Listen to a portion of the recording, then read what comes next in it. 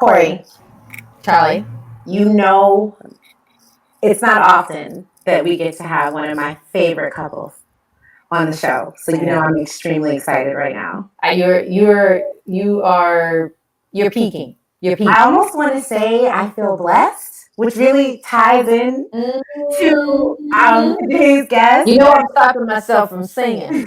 I mean, When you've been blessed. Okay.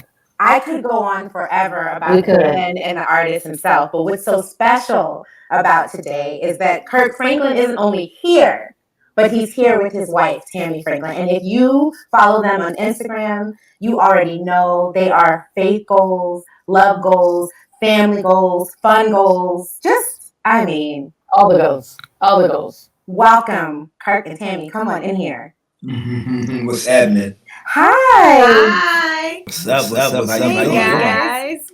You guys have been keeping our moods so light and positive during this quarantine. Let's just start with a thank you for that. Oh wow. Thank you for saying that. I mean, I don't think it's necessarily been intentional. We're just trying to be us, and I think trying to make it like everybody else. Yeah. I was just looking at him. So yeah. You guys have been really, giving us all this content. I mean, can we just begin to thank you for that Mother's Day moment? I mean, That Mother's Day, just put everybody's Mother's Day to shame. Y'all, I have to tell you guys though, most people don't realize that myself, our daughter, and my mother, we didn't know until that morning. And so I told him, I said, you better be glad that we perform well under pressure, because it was like, oh, okay, this is what we're doing. But it was such a sweet surprise. He wanted to surprise us. So that was his gift to us, was to do that. Seeing him in the yard directing, I was like, is that an orchestra? It was a full orchestra. White people on your yard. Okay. Got white folk on the grass. At your commandment. Just conduct it. With the baking, what do you call that? No. The thing where you rolling pin. Rolling pin. Oh, yeah. It was a rolling pin. Well, I have to ask real quick. How many takes did you have to do? There you go. We only did about three. 3 takes. I got them together, and I did all my blocking. I had them all blocked. He had a vision. And we did a couple of run-throughs, and I had my son shoot it, and I had him, kind of just follow me where I wanted the entrances and the exits to be, and it was fun. It was funny. And it was so great seeing the generation. Yeah. It was just beautiful. Yeah. And so after that, then he had a surprise brunch. So the orchestra that you saw continued to play for us, and as we social distance as best we could with a Mother's Day brunch. It was just the sweetest. It was really, really sweet. Him so sweet. I was gonna say he's such a keeper, but he really is. We know that. How did you two actually meet? I saw that you shared the song that you were playing on her voicemail. And you're going to be celebrating a big anniversary this year. You said it was in 95. Well, we already did. It was we celebrated the anniversary in January, so 24 years. Yeah. Wow. So coming January will be 25. So yeah. Incredible. Tell us how y'all. I'm gonna let her tell it, because I'm tired of her always saying I get it wrong. It's such a long story, honestly. I don't want no smoke. I'll have to. I don't want no marital smoke. Smart man. So we initially met at a water amusement park here in Arlington, Texas. At the time, it was called Wet and Wild, and now it's called Hurricane Harbor. And I have to make sure that I state that it's a water amusement park, because people hear Wet and Wild and think, strip club or something. But I know I'm from Fort Worth. I know. Are you really? Yes. Hold on. What? Wait a minute. You can't just say that lightly, Negro. You from Fort Worth. And I got another tidbit, because I called my mama to get it right. So my auntie sis and my great grandmother had homes right across from Strangers Rest Baptist Church in Lake Como. Are you serious? Yes. You funky town. What school did you go to?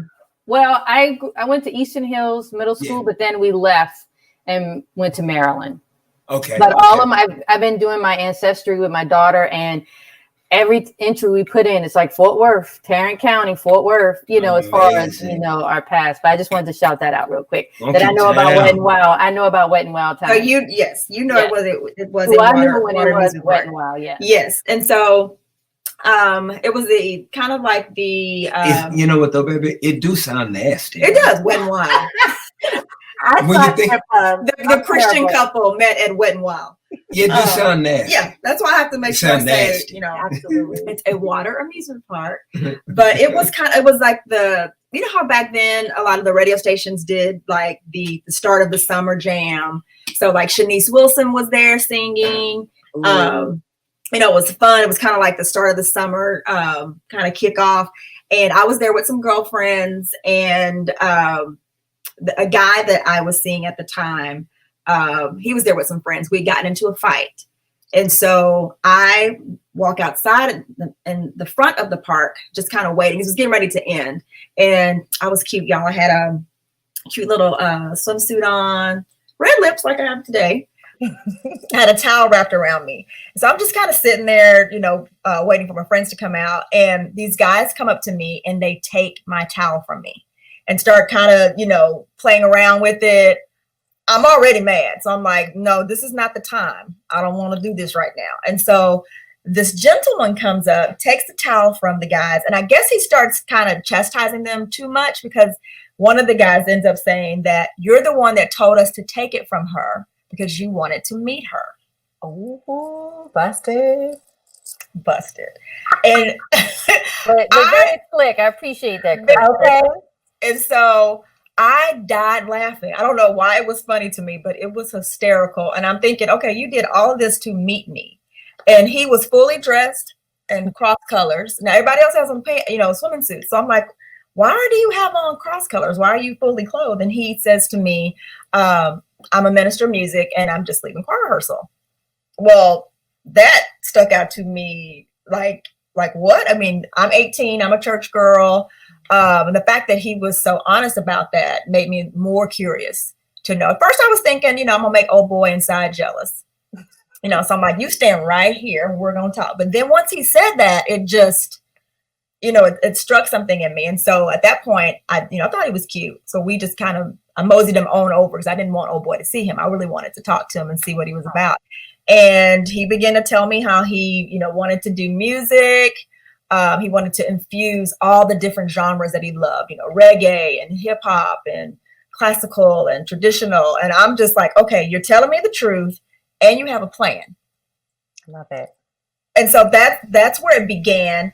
I'll stop there because it's such a long story. So that's how we met. Now I'm going to tell the real story. Oh, here goes Kirk's version. Here's the real story. I was driving down the street and there was this young lady on the corner. Wait a minute. And she had a real "will work for food" sign. And I felt sorry for her. And she said, "Mr. Please, can you take me in and change my life?" And I thought about it. I drove around the block a couple of times and I said, "Jump on in."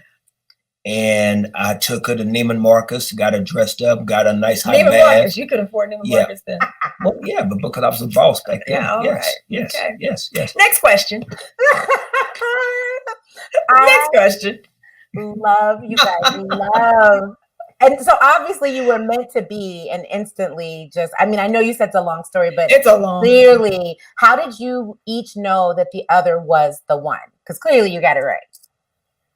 Well, I would say a part of our story is, although we met during that time, we separated for 3 years, and at that point really grew a really amazing friendship. Although there were feelings there, I moved away, and so we still kept in contact with each other. And she started seeing somebody else. He started seeing several people. Like,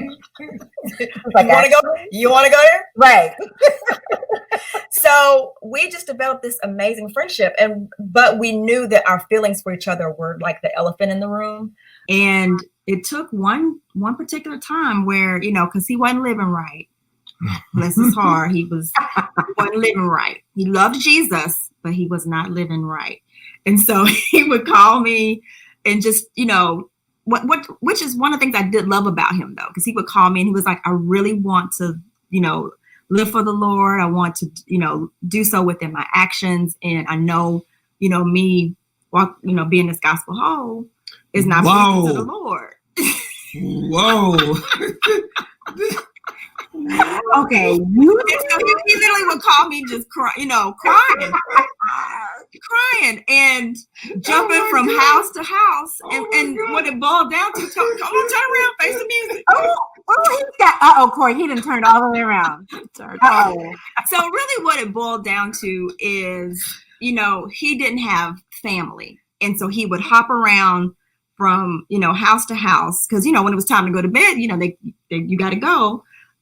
He would just go from house to house. He would call me and I'm like, Kirk, your problem is loneliness. It's not, but hoeing. Yeah, you hoeing. But so was it?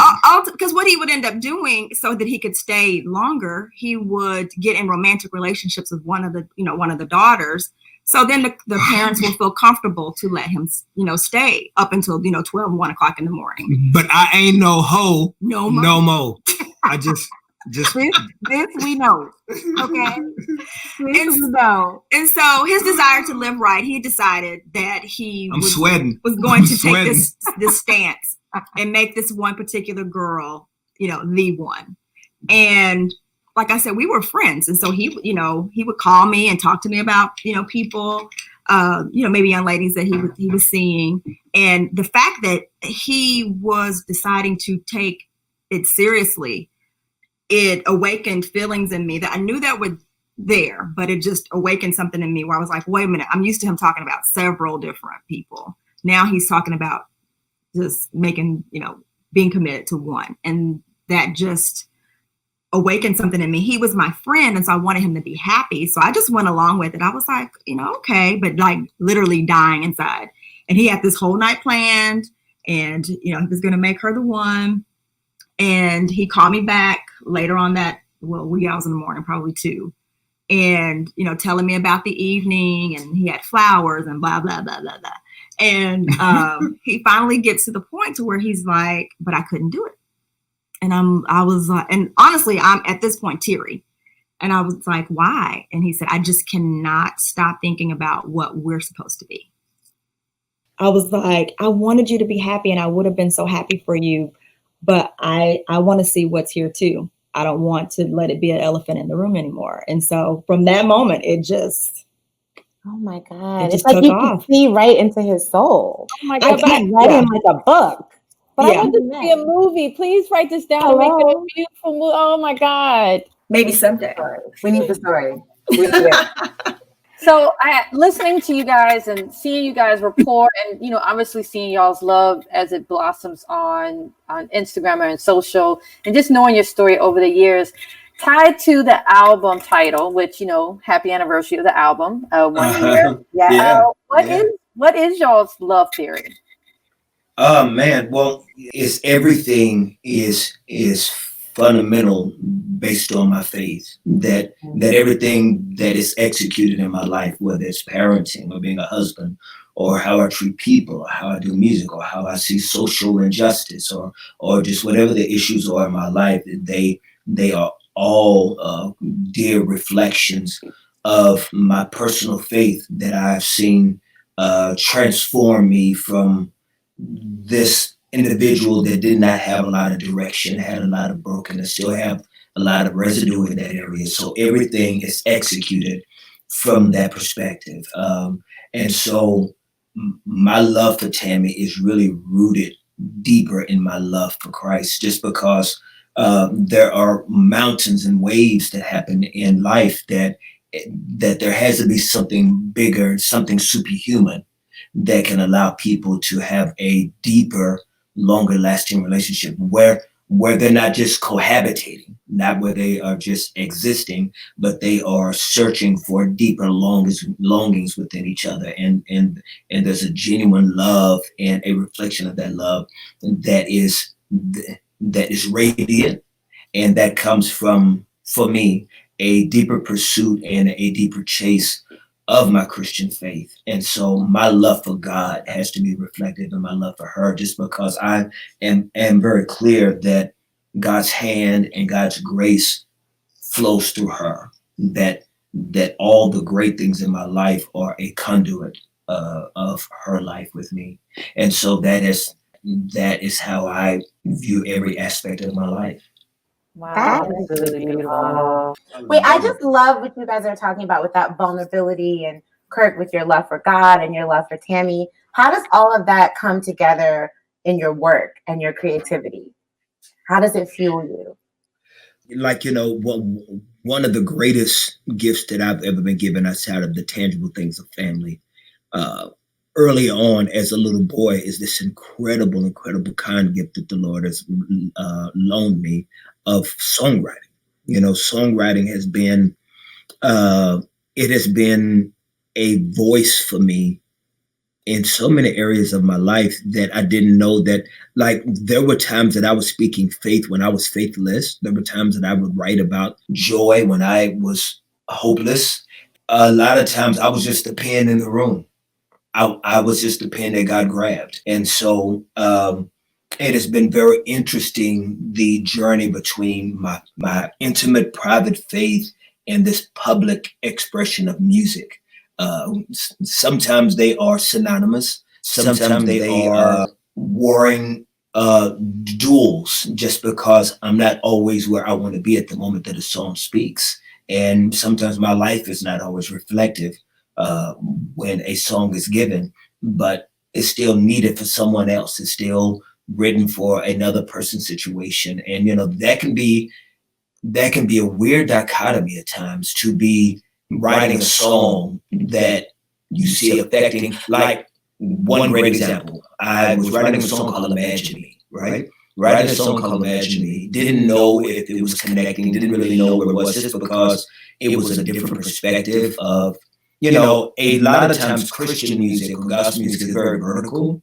It's us saying, God, we worship you, we lift our hands and sanctuary. A lot of times that is just the DNA of gospel music, of Christian music. And so the horizontal, talking about me, my issues, my storms, whatever. So in this therapeutic process that God's given me, because really that's what it's been, is, songwriting has been my own couch at times, but I still go to a couch at times too. And so writing Imagine Me, I remember calling Tammy upstairs, and I told her, baby, I have a song idea, and I don't know if it's connecting just because of how lyrically it's being structured. And so I started writing, playing the song for her, and of course I had my eyes closed and I was facing another way when I was playing, whatever. Turned around to ask her what she thought, and she's just like wet in the face. And so for me, it's like, okay. Where for me, that didn't do that for me at the time, but to see what it was doing for other people. And a lot of times it's weird to not be a participant. Sometimes you're sitting on the sideline, like I want to feel what they feel, Jesus, and sometimes it may be 5 years from then, and it may be 10, and sometimes it may be never. And I think that is the difficult dance. And I've been very humbled to just be in the room. Tammy, what has it been like watching his growth as an artist over the years? I mean, because you've been there, just as long as he's, been the world that we've known him, and to see his trajectory. I would say, as his wife and as his friend, it's been such a blessing, because the growth that we get to experience through his music is reflective of the growth that's been happening or that's occurring in his own personal life. For instance, as he mentioned, the Imagine Me comes from, although it's a blessing to us, it comes from a very deep, broken, painful place for him. And I never really even looked at it that way until a couple of weeks ago. But I was going to even mention, even you working on the Love Theory album, I noticed that he seemed to self-sabotage working. Like he would have a plan, and then it would always, and we can self-sabotage ourselves. Like, you have on workout clothes, but all of a sudden you find yourself just kind of find other stuff to do. On the couch with a brownie. ice cream. Yep. A brownie. Mm-hmm. That part. And so I noticed, and I've watched him, write several albums. And for whatever reason, I noticed this differently. And I finally said to him, I said, babe, I said, I for the last few days, I'm watching you self-sabotage, going to go do this. And he said to me, people don't realize the very vulnerable and broken place emotionally that I have to go to get it out. And he said, it's lonely. I'm by myself. Sometimes it's reliving moments in my life. Sometimes it's dealing with what I'm dealing with right now. And, we'd been married at that point, I guess, 23 years. And I had never, ever realized the vulnerability that it takes for him to get it out. And as a wife, it opened up my eyes to just the journey that he's had to go through. And of course, I see it. I'm a recipient of it, of his growth. But it showed me how deep and vulnerable that he's had to go. And then it's a long time with God to get to the masses of what we get to hear, and that that bless us in that moment. As he mentioned, letting me hear the words to imagine me. I don't know if you remember this, babe. I said to you, you are verbalizing what a lot of us feel internally that we have no words for, and all of a sudden you've given us words to how I feel or how I have felt, and so. It's. I mean, although I'm a wife, I am a fan. There's songs that he's written years ago. I forget. I know he did it, but I forget. And I'm like, oh, that's right, my man wrote that. Gosh. But yeah, it's a blessing to watch, honestly. And you're telling the truth about him, speaking to our hearts and kind of putting it in a way that makes sense. Big or small, I play Just Want to Be Happy when I literally just need to be happy, and with everything that's happening right now, with the news, George Floyd, most recently, we can't breathe again, right? And it's just again. And it's like, we need music to get through that, but we also just need a word. So can you all speak to just keeping the faith right now in a time like this, and a quarantine, and then also just being Black in America? I think that the biggest thing that hasn't been said from behind the pulpits of our faith-based communities, and even from people that may have the microphone at times in the faith-based community, is that we don't share enough how damaged our faith can be. That a lot of times it looks like that we are people that live in rainbows and flowers. That is a great mistake, and it is a stronger truth that we don't have these moments of heaviness. Like last night, I'm in the bed, going to bed, and having some anxiety attacks because of the news, and I'm having to breathe and to do my little skills that I've learned when it comes to anxiety, different breathing, and she can always feel me when I'm doing it. So she turns around to me and she's trying to rub my head and my shoulder, which is so sweet of her.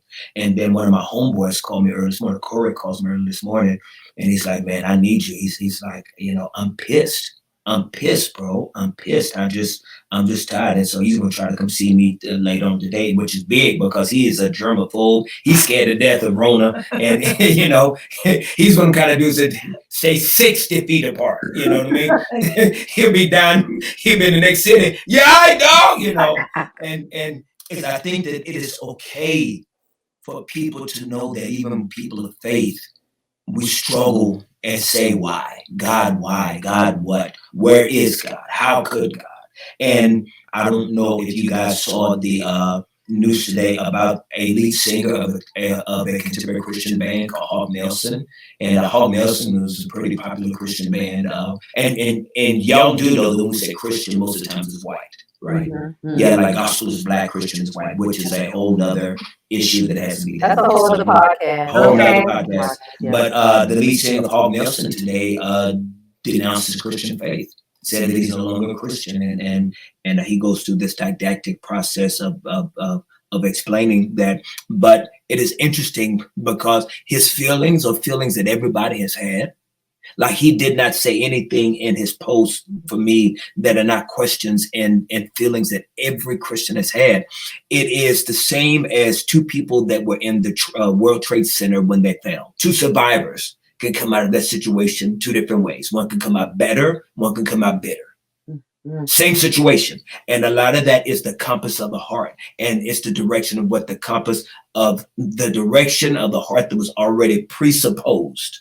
And so that presupposition is what's going to be the narrative of that life. If you leave out, like, if you already had a heart that was presupposed to a negative view of God, then it may turn negative, or it may turn positive. And so my doubts, my fears, and my angers, and my questions of God, unlike my brother from Hog Nelson, God bless his soul, and I don't know him, and I hope someday to meet him, is that what it did is that it made me run more to deeper understanding and intellectual academic scholarship to my faith, when the Black Hebrew Israelites were coming, or when conversations of Egyptology were coming, and issues of colonial Christianity were coming. Those things made me want to dive deeper to see, okay, well, is what I believe true? Instead of, well, maybe what I don't believe is true. And so I just want to encourage everybody that when you have these doubts and fears, God is not an insecure God in heaven worried about his brand and his social media followers when you don't like something he do. You know, he's not trying to post something just to get you hyped just because he don't want you to stop following him. Is that our lack of faith in him never stops his faith in us. Never. You know, I just want people to know that they can come and that God is not in heaven worrying about how he's going to answer your deepest questions. Mm. Woo! Thank you for a word. Oh, oh man, so thank you. He is smart. Okay, you want he read books. Ho! You know what? Get back. No more. One thing I have to ask, as a true, family Texas native running deep, Juneteenth is coming up. What did you say, daughter? I'm sorry, daughter. What did you say? What was y'all saying to the bishop? I the man of God? Ask about Juneteenth and how y'all gonna celebrate, because as Texas folk, it's a really big deal for us. But it's celebrated throughout. But I mean, I hear you, but it's celebrating my freedom. I am feeling a little anxious. With all that's going on. Okay. Listen, no cap. I'm telling you, I may be in these streets trying to rally a march or something. I'm serious right now. I'm thinking of tangible things to be able to show my unity and support. So the climate is very difficult to celebrate in right now. And when you talk about freedom, exactly what does that look? How do we quantify that right now? Because of those difficult truths, your boy may be with a mask on with some other brothers and sisters, and we stand in marching in unity about, once again, we can breathe. So I don't know. And the most difficult part about it is about the time we get to Juneteenth, it could be another life. We were just dealing with Ahmaud 3 weeks ago. Yeah. Breonna Taylor. I mean, the list goes on. Yes. Yeah. So, it's almost like in this climate, you got to wait till you get there before you tell people what you're going to do, because you don't know what's going to happen in this linear process that we're in. And so we'll see when we get there. Well, we are definitely all in it together, and we have to take care of ourselves. I know with my husband and I, we have been really pouring into each other in a new way, and, we're taking the time that we have to kind of do that, to pour into our relationship and to pour into each other. So how are you both? Tammy, how are you pouring into Kirk? Kirk, how are you pouring into Tammy while you have a little more time to do that? We're not just hopping on planes and trains. Exactly. I definitely... What I do love about this forced slowdown, it's been helping me to just enjoy the simple things. I mean, there was a couple of days that we all woke up and we were so excited that the sun was shining. Yeah. It's something simple like that, or the fact that when this all happened, there were no leaves on the trees, and now there's just full of leaves, and different colors, and I think what has been most important to me that we've been doing is just communicating, sharing our feelings. This time I have had a lot of different emotions that I typically don't have. I'm a homebody, so funny. Our youngest son, he's a bit of an introvert. And he said, "Mom, it's the introvert's time to shine. We've been doing this. It's their season." But even in that, the first couple of weeks, I was enjoying, having my babies back at home because we're semi-empty nesting. But not right now. Not right now. And so, I'm enjoying taking care of my family and cooking. And we've been playing Uno and playing basketball outside. And, but then week 3 and week 4 hit, and I'm like, oh, I am feeling something emotionally that I am not used to feeling. And I even had to be honest with him. And some of it was about, he's more of a night owl than I am. And so, doing Rona, everybody's sleep is just completely off. And so I had to be honest and say, hey, I'm trying to hang with you because I want to hang with you.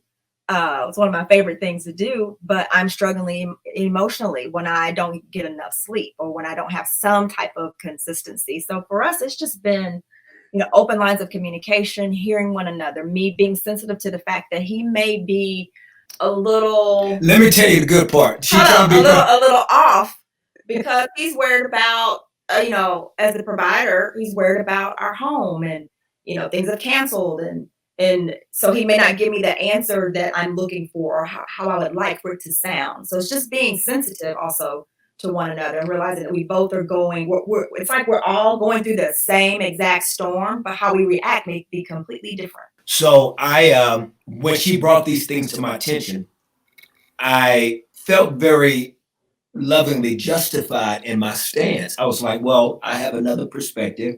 And so we got into this kind of tense conversation. And I am very one that's quick for counseling. And so I had my therapist on like speed dial, right? And oh man, been going to counseling for 30 years, just my own, adopted and childhood abandonment issues and, own PTSD as a, just a Black man. And so I called him and set up a Zoom call.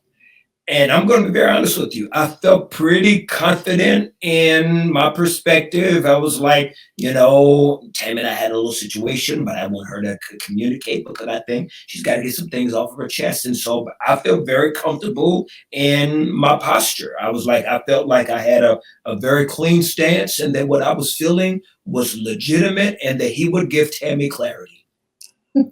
That Negro got on that Zoom call and ripped me another. I'm telling you, I felt like Kunta Kinte by the time I got off that phone call. I felt like he took me up and down the Georgia stream. I mean, I'm serious. Like I had no idea that I was the just the cause of some of it, just because I felt very justified in my posture about what I was feeling and believing. And it wasn't mean, I'm praying for, let's pray. Let's pray, Father in heaven. Negro, that man got on that phone and wore me out. I know he did. What I do love, though, what I do love about my husband is that he's open to accountability. I love that. I mean, not only open to counseling, because a lot of men are not. And I had to learn that through the process of counseling is that, our counselor told us at one point that he counsels a lot of women by themselves because the husband's like, I'm not going.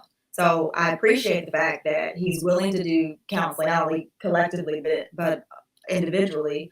And he's open to accountability. Kirk and Tammy, I do have a request. You just said that he's all about that therapy, that accountability and all that. Can we get a master class for the fellas, please? Can we get a husband's master class? Can we? You are giving confirmation because I've been telling him that he needs to do something. Speak to the brothers, please. Yes. Listen to your wife, Kirk. You do it. Yeah, we just got to find a way to communicate in non-traditional ways because that's what a lot of men are.